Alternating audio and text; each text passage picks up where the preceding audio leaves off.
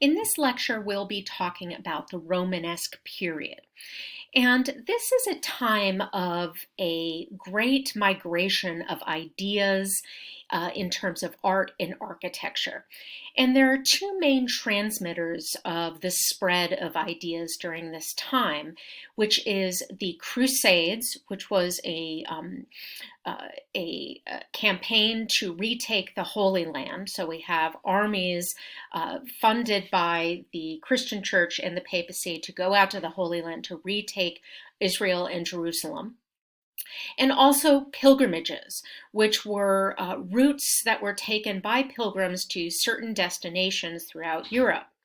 And this meant that people were moving around Europe and the Mediterranean in ways that they hadn't in several hundred years. So these two mechanisms, the Crusades and the pilgrimages, meant that people were wandering throughout Europe and spreading ideas and goods and visual culture throughout Europe. When we talk about the Romanesque period, we are looking generally at the mid-11th to 12th centuries. And the word Romanesque means literally in the Roman manner, but as we'll see, it really reflects a mix of styles, not just Roman, which is being revived thanks to the rediscovery of classical texts and visual culture, but also Byzantine, Islamic, and early Mediterranean art. If you look at this map, you'll notice that the beginnings of modern boundaries of nations that we can recognize are starting to form. And places like France start to emerge when, at the end of the 12th century, regions around Paris start to form into the Kingdom of France. In the 11th century, Britain had started to emerge with a national identity. In Germany and northern Italy, they were still under the control of the Holy Roman Empire. Towns and cities start to rise to prominence again, but it is still mainly an agricultural society in which land was the main source of wealth. In 1095 to 1099, Christian Europe, under the direction of Pope Urban II, came to the aid of the Byzantine Empire to save Jerusalem and the Holy Land from the Muslims. And this resulted in the First Crusade, as I said, to retake Jerusalem.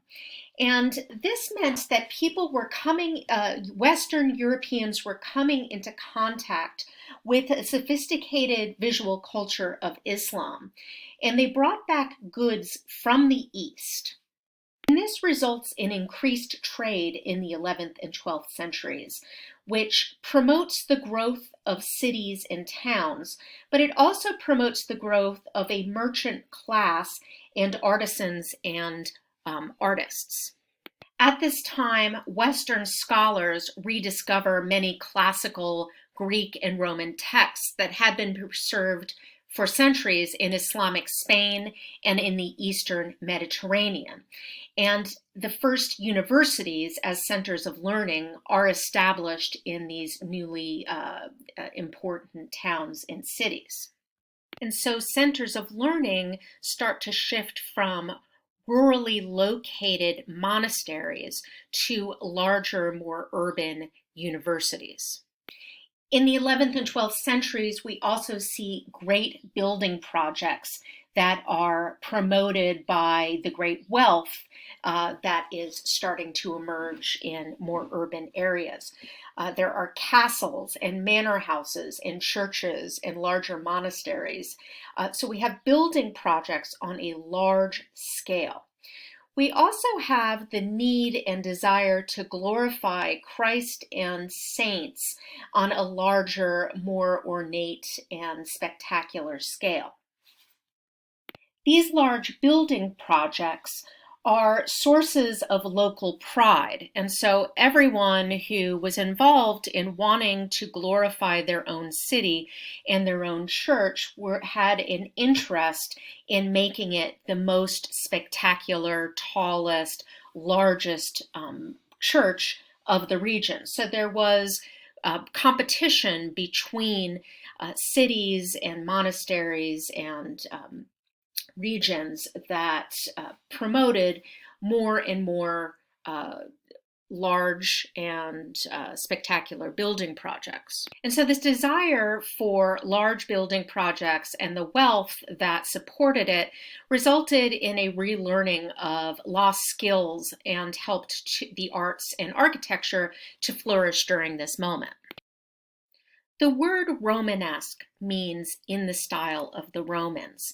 And although we will see a wide range of sources from Byzantine to Islamic to early medieval Anglo-Saxon, if we look at the interior nave of St. Philbert, for example, you'll notice that the Romanesque architecture is drawing on sources that go back to the basic building blocks of Roman architecture, which is the arch and the column. We see that the central aisle or the nave of this church consists of a series of Roman arches that allow for height, but also a real simplicity. This was the taste of the Romanesque period, and you can very easily identify it and distinguish it from the later Gothic period because we see rounded Roman arches. Later in the Gothic period, we will see a pointed, more narrow arch, but during the Romanesque period, we see a looking back to Roman architecture, specifically the arch.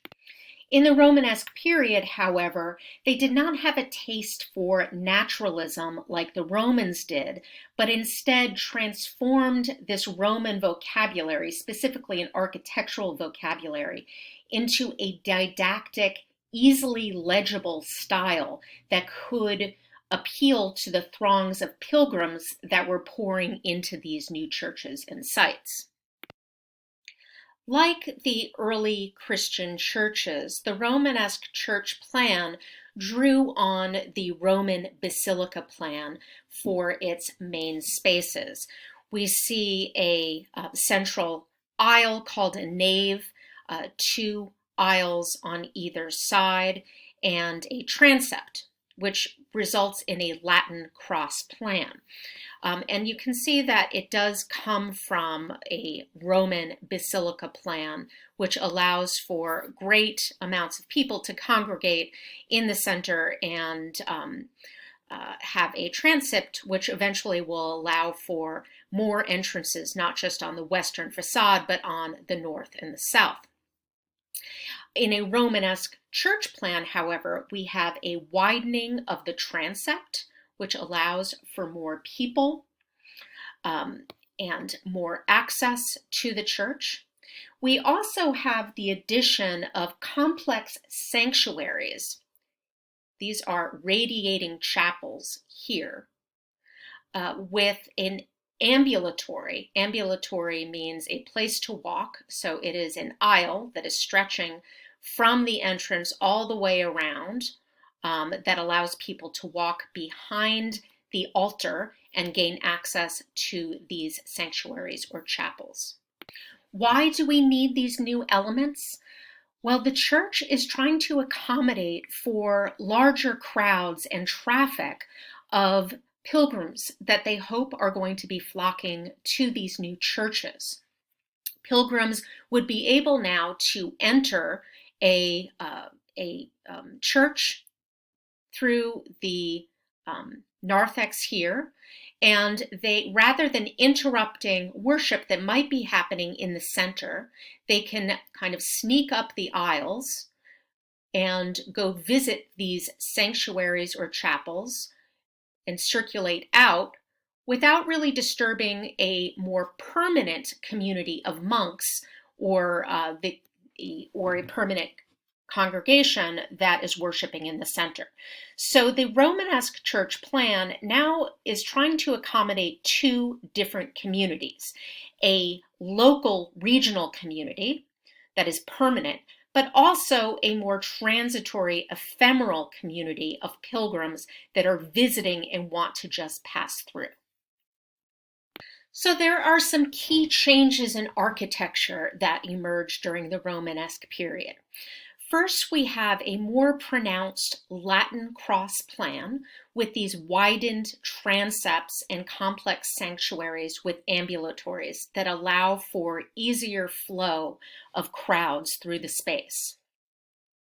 We also have two towered west facades.